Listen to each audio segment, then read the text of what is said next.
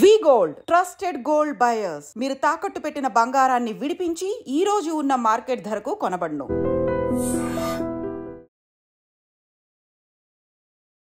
Hello guys, welcome back to iDream media. ఈరోజు మనతో ఉన్నారు AMFI certified mutual fund distributor అయిన బోనుగల సల్మాన్ గారు.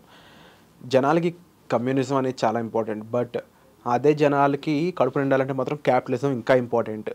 అయితే ఆ క్యాపిటలిజం సంబంధించి, కమ్యూనిజం సంబంధించి రెండు విషయాలు కూడా ఈరోజు మనతో షేర్ చేసుకోవడానికి సల్మాన్ గారు ఒక స్పెషల్ ఇన్ఫర్మేషన్ తీసుకొచ్చారు. అదేంటో తెలుసుకుందాం. నమస్కారం సార్.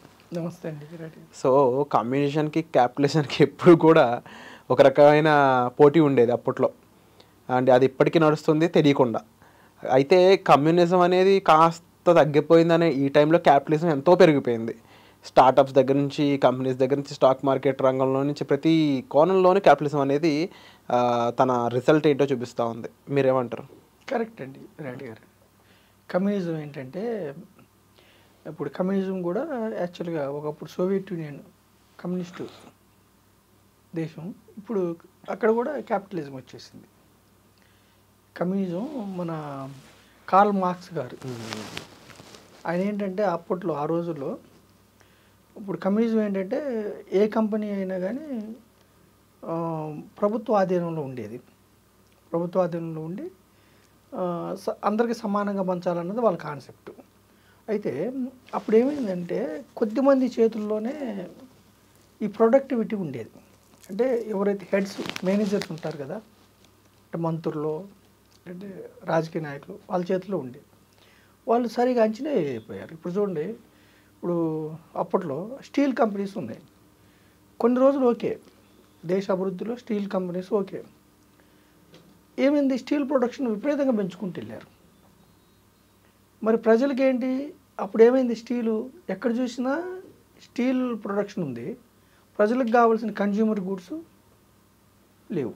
సాక్సులు కానీ ఇంట్లో వాడుకునే వస్తువులు అవి తగ్గినాయి.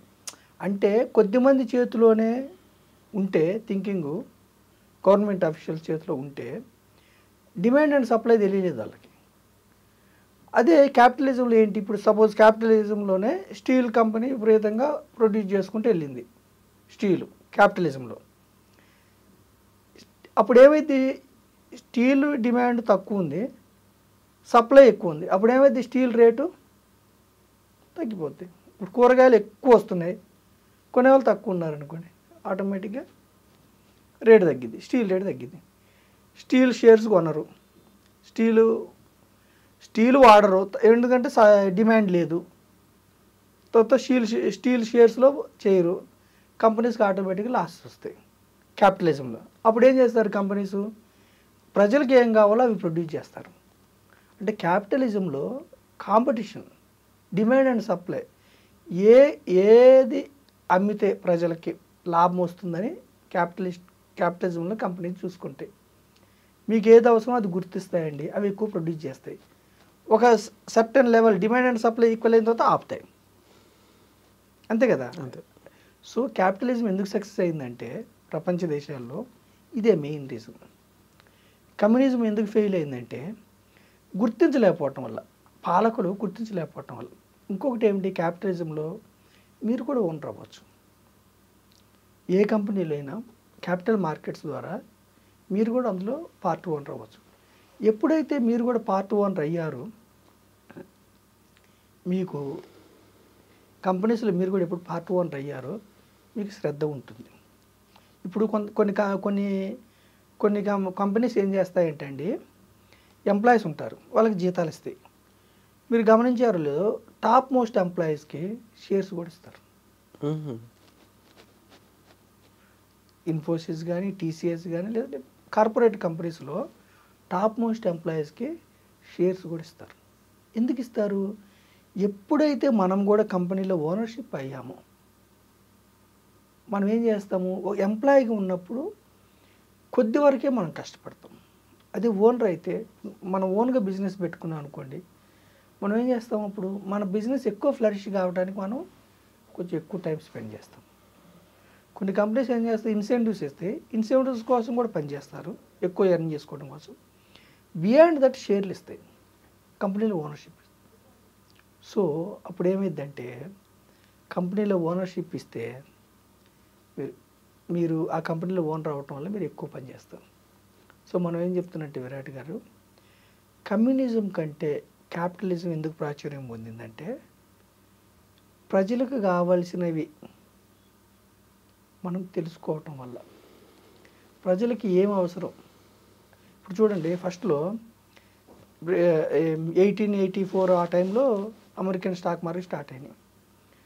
ఫస్ట్లో రైల్ రోడ్స్ అంటే ఇన్ఫ్రాస్ట్రక్చర్ డెవలప్ చేశారు దేశంలో, ఆ స్టాక్స్ బాగా పెర్ఫార్మ్ చేసింది. రైల్ రోడ్స్ తర్వాత ఆయిల్ అండ్ గ్యాస్, ఓకేనా.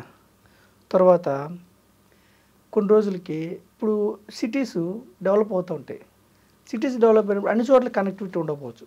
తర్వాత ట్రాన్స్పోర్ట్, కార్స్, కొన్ని సంవత్సరాల తర్వాత కార్స్ మ్యానుఫ్యాక్చరింగ్ ఆ షేర్స్ డెవలప్ అయినాయి.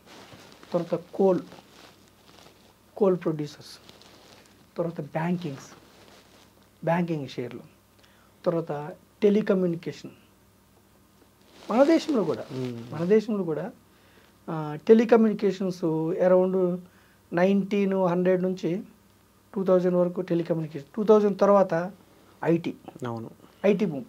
అంటే ఎప్పుడు కూడా క్యాపిటలిజంలో ఇప్పుడేమిటి, fintech, financial companies, green energy, ఇప్పుడు తర్వాత జొమాటో, ఒకప్పుడు హోటల్స్, ఇప్పుడు మనం ఇంట్లో కూర్చొని ఆర్డర్ ఇస్తాం, క్లౌడ్. అంటే పరిస్థితిని బట్టి జొమాటో ఇప్పుడు సెన్సెక్స్ కంపెనీ. పరిస్థితిని బట్టి పాత కంపెనీస్ వెళ్ళిపోతూ ఉంటాయి, పాత సెక్టార్స్ వెళ్ళిపోతూ ఉంటాయి, కొత్త సెక్టార్స్ యాడ్ అవుతుంటాయి. అందుకనే క్యాపిటల్ మార్కెట్స్లో ప్రజల నుంచి, కంపెనీస్ నుంచి ధనం సమకూరుస్తారు. ప్రజలకి ఏది అవసరమో, ఏది డిమాండ్ ఉందో అవి వస్తూ ఉంటాయి. ఇంకొకటి ఏమిటి, మరి ఐపీఓ ఇన్ని కంపెనీస్కి ఎందుకు ఇస్తారు? సెబీ లిమిటెడ్ కంపెనీస్ పెట్టవచ్చు కదా. ఇప్పుడు 4-5 వేలు స్టాక్స్ ఉన్నాయి మన సెన్సెక్స్లో. ఎందుకు? ఎప్పుడు కూడా మోనోపోలీ ఉందనుకోండి విరాట్ గారు, స్టీల్ రంగంలో ఒకే కంపెనీ ఉంది సపోజ్, అప్పుడు ఏమవుద్ది, అతను ఏ రేటు పెడితే ఆ రేటుకి మనం కొనుక్కోవాలి. గుత్తాధిపత్యం ఉందనుకోండి, మోనోపోలీ, నియంతలాగా అయిపోద్ది. అందుకనే క్యాపిటల్ మార్కెట్స్లో మోనోపోలీని తగ్గిస్తారు. రిలయన్స్ ఉంది, ఎన్ని ఉన్నాయి, రిలయన్స్ జియో వేరు, రిలయన్స్ డిజిటల్ వేరు, రకరకాలుగా మోనోపోలీ ఉండకుండా చేస్తారు. ఏది క్యాపిటల్ మార్కెట్స్లో. మోనోపోలీ ఉంటే ఏమైందంటే వాళ్ళు ఏది చెప్తే అదే రేటు ఒప్పుకోవాలి. ఇప్పుడు ఫార్మాలు ఎన్ని కంపెనీలు ఎన్నో ఉన్నాయి, దానివల్ల ఏమైంది, కాంపిటీషన్ ఎక్కువ ప్రొడ్యూస్ చేశారనుకోండి, అల్టిమేట్గా ప్రజలకు రేట్లు తగ్గుతాయి. బ్యాంకింగ్స్లో ఒకే బ్యాంక్ ఉందనుకోండి, వాళ్ళు బ్యాంకింగ్ అంటే ఇంట్రెస్ట్ రేట్లు ఆర్బీఐని బట్టి ఉంటుంది అనుకోండి, కానీ ఒకటే ఉందనుకోండి ఒకటే బ్యాంకింగ్ ఉంటే, లేదంటే ఒకే కంపెనీ ఉంటే మనకి ప్రజలకి, వినియోగదారులకు కానీ ప్రజలకి ఇబ్బంది అవుతుంది. అందుకే కాంపిటీషన్ ఉంటే ఏమైందంటే రేట్స్ తగ్గుతాయి. క్యాపిటల్ మార్కెట్స్లో ఆ కాంపిటీషన్, బ్యాంకింగ్లో కానీ, ఫార్మాలో కానీ, కానీ ఆ కాంపిటీషన్ ఉంటుంది. సో అందుకనే కమ్యూనిజం ఫెయిల్ అయింది, క్యాపిటలిజం సక్సెస్ అయింది. క్యాపిటలిజంలో డెమోక్రసీ. ఇప్పుడు నేను ఒక పెద్ద కంపెనీలో షేర్ నేను కొనుక్కోవచ్చు, నా ఇంట్లో సర్వెంట్ కొనుక్కోవచ్చు, చదువు రాని వాడు కొనుక్కోవచ్చు, డాక్టరేట్ చేసిన వాడు కొనుక్కోవచ్చు. అంటే ఈక్వల్ ఆపర్చునిటీ, బిగ్గెస్ట్ డెమోక్రసీ ఎందులో, క్యాపిటల్ మార్కెట్స్లో. అయితే క్యాపిటల్ మార్కెట్స్ అనేది రిస్కియర్, నాట్ గ్యారంటీడ్. ఓనర్షిప్ ఎప్పుడు గ్యారంటీడ్. అర్థం చేసుకొని రావాలి క్యాపిటల్ మార్కెట్స్లోకి ఎప్పుడైనా సరే. ఇప్పుడు ఈ రోజుల్లో ఈ-కామర్స్ షేర్లు, బ్లింకిట్ కానీ ఇంకోటి కానీ ఈ-కామర్స్ షేర్లు, తర్వాత గోల్డ్, అంటే క్యాపిటల్ మార్కెట్స్లో ఎప్పుడు కూడా ప్రజల ఇష్టాలను బట్టి మారుతూ ఉంటాయి. సో క్యాపిటల్ మార్కెట్స్ మంచిది, మోనోపోలీ లేకపోవటం మంచిది, కాంపిటీషన్ ఉండాలి. అందుకనే 4-5 వేలు కంపెనీస్ ఉన్నాయి, కాంపిటీషన్ ఉండాలి కాబట్టి. అయితే ఫ్రాడ్ చేసే వాళ్ళు అన్ని చోట్ల ఉంటారు. కొన్ని కంపెనీస్లో ఫ్రాడ్ చేస్తే లేదంటే అకౌంటింగ్ ఫ్రాడ్స్ ఇంకొక ఫ్రాడ్స్ చేసినప్పుడు ఆ కంపెనీ బయటికి వెళ్ళిపోతారు. సెబీ ఉంటుంది రెగ్యులేట్ చేయడానికి, కంపెనీస్ బయటికి వెళ్తూ ఉంటాయి. కాకపోతే ఫ్రాడ్ చేసే కంపెనీ మీకు బయటకు వార్త వచ్చినప్పుడు వెంటనే వదిలించుకోవాలి.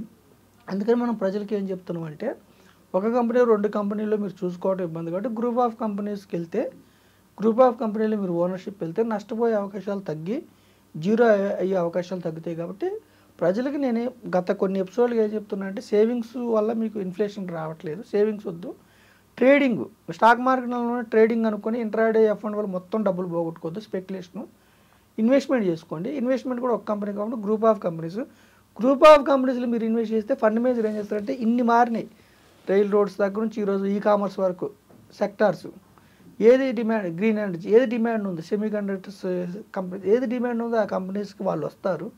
ఏది సరిగా పెర్ఫామ్ చేయట్లేదు, బ్యాలెన్స్ షీట్లో ఇన్కమ్ సరిగా రాకుండా నష్టాలు వస్తున్నాయి, ఆ కంపెనీస్ వదిలించుకుంటూ ఉంటారు. మ్యూచువల్ ఫండ్స్ అనేది ట్రస్ట్ రూపేణ ఫామ్ అయితే కాబట్టి వాళ్ళకి ట్యాక్స్ పడదు, మనం ఎలాగో ట్యాక్స్ కడతాం అంతిమంగా. సో మ్యూచువల్ ఫండ్స్లో ఏమంటే వాళ్ళు కూడా 50 కంపెనీస్లో 10 కంపెనీస్ స్టాక్స్ రాంగ్ పిక్ చేసుకుంటారు, వాళ్ళు ఏం దేవుళ్ళు కాదు. అప్పుడు ఏం చేస్తారు, వాళ్ళు వదిలించుకుంటూ ఉంటారు. అయితే మనం ఇండివిజువల్గా ఉన్నప్పుడు ఏంటంటే, మనం రాంగ్ పిక్ చేసుకున్నప్పుడు మనం ఇండివిజువల్గా స్టాక్స్ కొంటే ఏమైందంటే దాని మీద విపరీతమైన ప్రేమ పెంచుకుంటాం. నేను తీసుకునే డెసిషన్ నాకు ఇష్టం, ప్రేమ పెంచుకొని అది పడుతున్నా కానీ నేను ఎగ్జిట్ కాకుండా నష్టపోయే అవకాశం ఉంది. కొన్ని కంపెనీస్ 95% కూడా నష్టపోయినాయండి స్టాక్ వాల్యూస్, కొన్ని కంపెనీస్ అట్లాగే చూస్తూ ఉంటాం. అందుకని జనాలు నష్టపోకుండా గ్రూప్ ఆఫ్ కంపెనీస్కి రండి. Capital markets good, very good. Communist కంటే కూడా, కమ్యూనిజం కంటే కూడా క్యాపిటల్ మార్కెట్స్ వెరీ గుడ్, ప్రపంచవ్యాప్తంగా సక్సెస్ అయినాయి. ఈవెన్ చైనాలో కూడా ఇప్పుడు క్యాపిటల్ మార్కెట్స్, అవి రష్యాలో, మన దగ్గర యుఎస్ఏలో ఎమర్జింగ్ మార్కెట్ ఉన్నప్పుడు వాళ్ళు మిస్ అయ్యారు కాబట్టి ఆపర్చునిటీ. ఇప్పుడు ఏం చేస్తున్నారంటే మనది ఎమర్జింగ్ మార్కెట్ కాబట్టి మన దేశంలో మన వాళ్ళు సంపాదించుకోకుండా ఎఫ్ఐఏలు ఎక్కువ సంపాదించుకుంటున్నారు, ఎఫ్ఐఏలు ఎక్కువ ఇన్వెస్ట్ చేసి సంపాదించుకుంటున్నారు.